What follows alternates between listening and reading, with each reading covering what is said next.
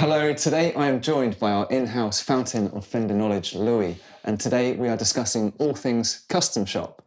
So I recently bought an Ultra, and Louis here owns a custom shop.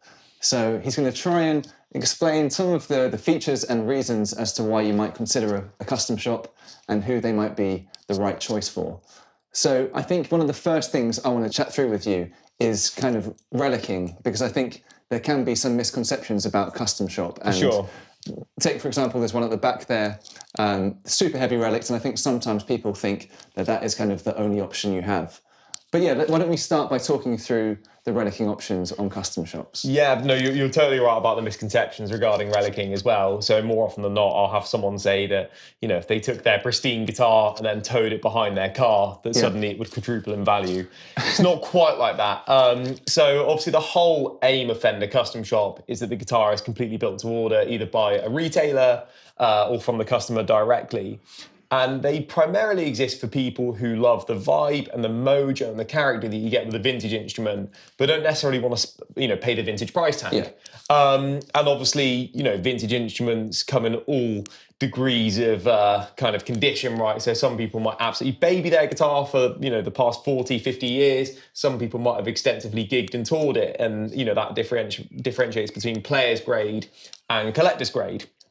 And that's what the Fender Custom Shop try and replicate. So to begin with, you've got NOS, or new old stock. So that's where Fender don't actually age the guitar at all. But more often than not, it will still be finished in the traditional nitrocellulose lacquer, where the thinners do evaporate over time. So actually, the longer you own the guitar, and the more you play it, the more it will start to take on your own personality. So it will check and it will age with time. Yeah. So if you look at the pre-owned market and you look at a guitar that was originally NOS, it actually might start to look more like a Relic because of the genuine playwear. So that's a really cool thing.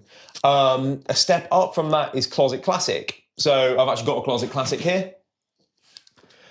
So from a distance, this guitar will look no different to an NOS or a brand new custom shop, or a non-relic one rather. But we'll do some close-up shots as well, and you'll be able to see the lacquer checking as well in the finish. So again, obviously, as the thinners evaporate in nitrocellulose lacquer, it does start to check, and a lot of people love the way that looks. Yeah, it's super subtle, but I think really tasteful.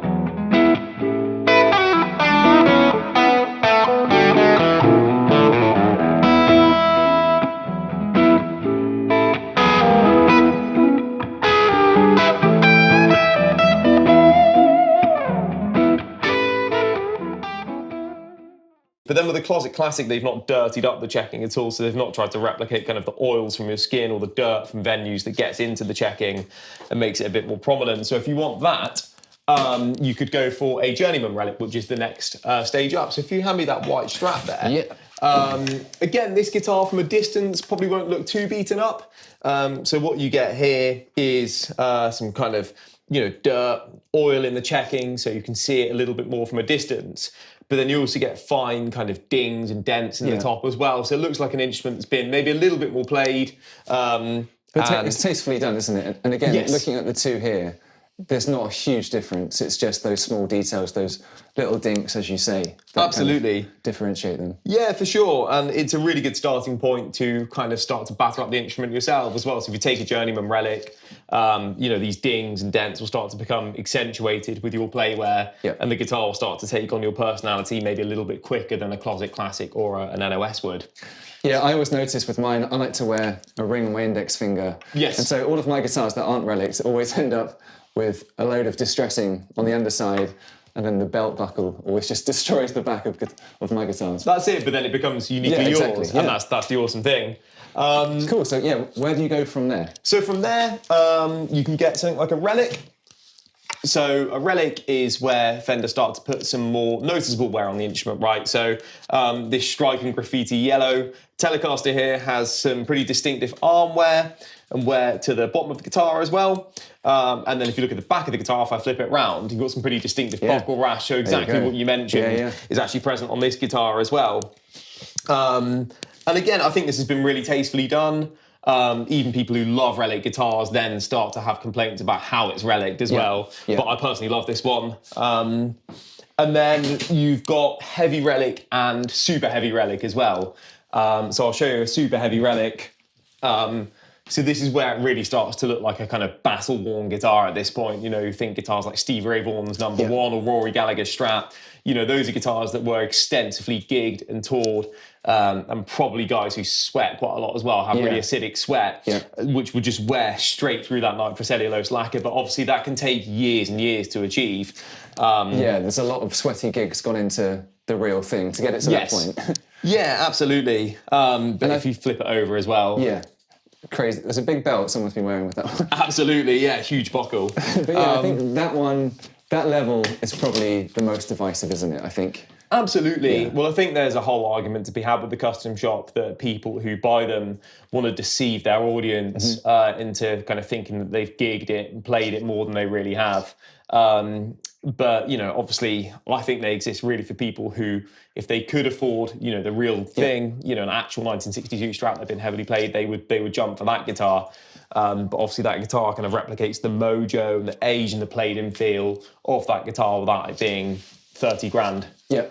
And so what have you gone for? Is your guitar Relic? Or, Mine actually isn't. So I've gone for an NOS. Now, that's not because I dislike relicing. It just happened to be that that specific guitar really spoke to me when I tried it out. And for me, nothing else compared. But I like the idea of that guitar taking on my own personality that's cool. as I play it more and more. So I've had the guitar for 3 years now, and give it another 3 years, and it might look a little bit more beaten up. So you're not overly precious about the odd dink here and there? Not at all. I bought the guitar pre-owned, so it had a couple of little knocks in it, and that's taken the kind of sting out of putting any more dings in it. But I obviously look after the guitar and make sure it looks and plays as good as it possibly can. Yeah, I know that. I think just wrapping up the whole relicing, I think it can be super divisive. Yes. I think we're both fans of it. We are definitely both in the relic camp, I think. But let us know where you sit in the comments below.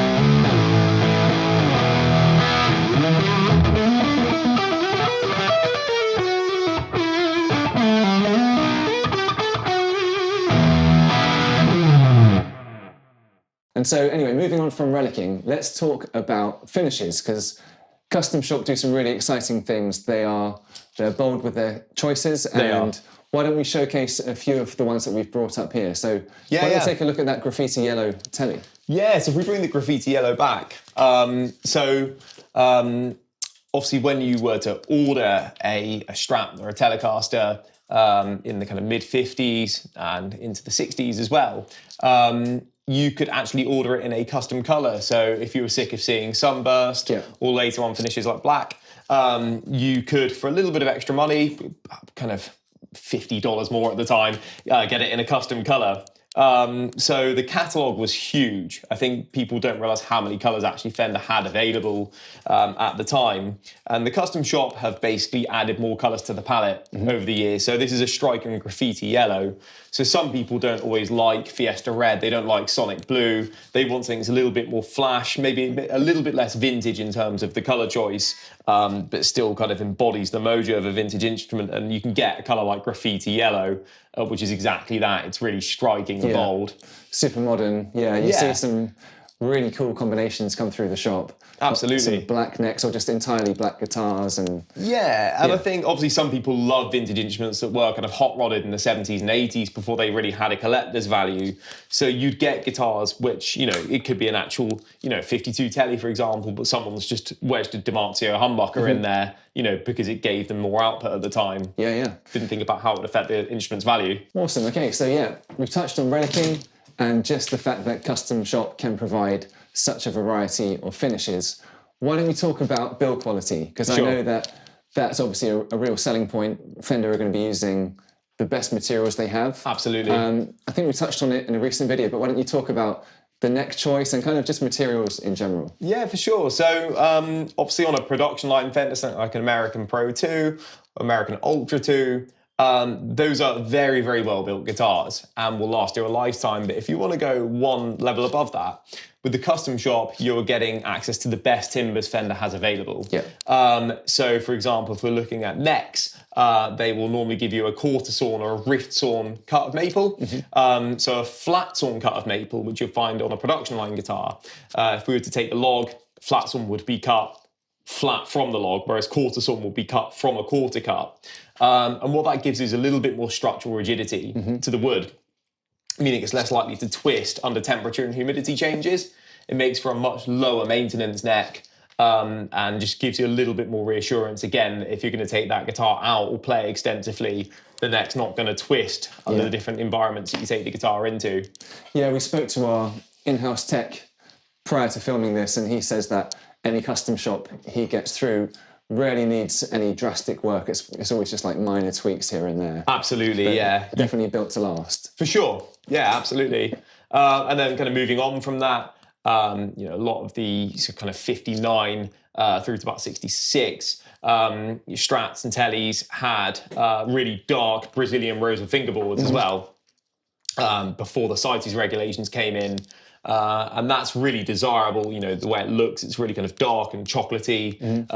And so Fender will use their kind of AAA Indian rosewood selected for dark for the Custom Shop. So it looks a little bit close to the Brazilian board, or you can get with like African blackwood as well, which again kind of look a bit more like a Brazilian rosewood fingerboard.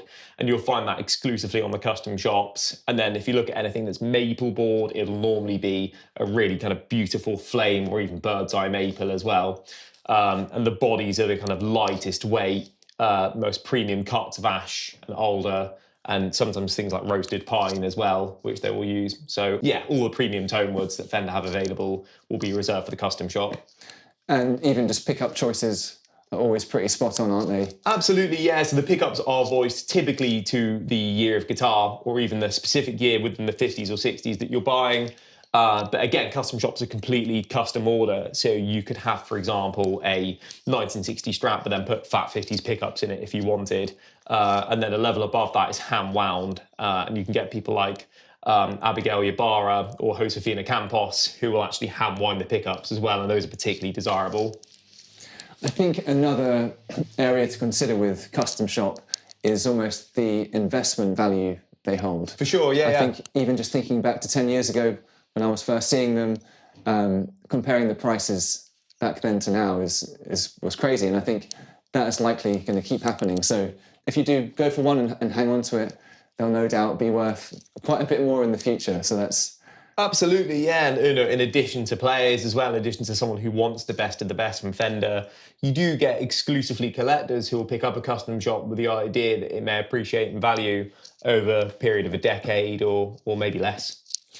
And so let's say that those things we've touched on aren't enough. Where could you go from there in Fender? So yeah, at the upper echelon of the Custom Shop, you've actually got Masterbuilt as well.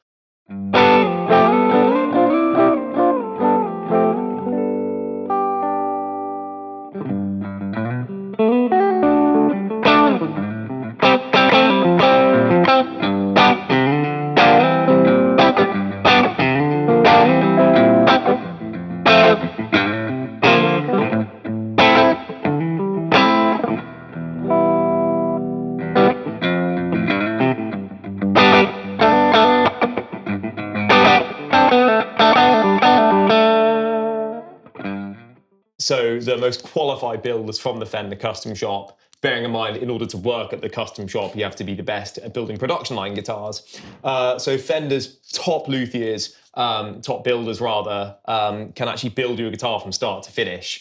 And that's what you call Masterbuilt. So if you're a retailer or a customer and you want a specific builder to build you a guitar, you can do that as well. And you can be a little bit more meticulous about what you want. So with a team-built custom shop, it's normally done to a template, so you might want a 1960 neck profile, but then fat 50s pickups, but it's still a little bit more to template. You can be a little bit more specific with what you want with a Masterbuilt, and obviously there are builders who have really developed the cult following, where people will exclusively want their guitars because of the reputation they've earned. Yeah, it's crazy to think of these rockstar builders that have like a fan base. Absolutely, yeah. They're sometimes as kind of well-renowned as the players, which is crazy. So I think Louis has very nearly tempted me into a custom shop. If you want to find out anything more about custom shops, come by the shop, try them for yourself, or head to the website for more details.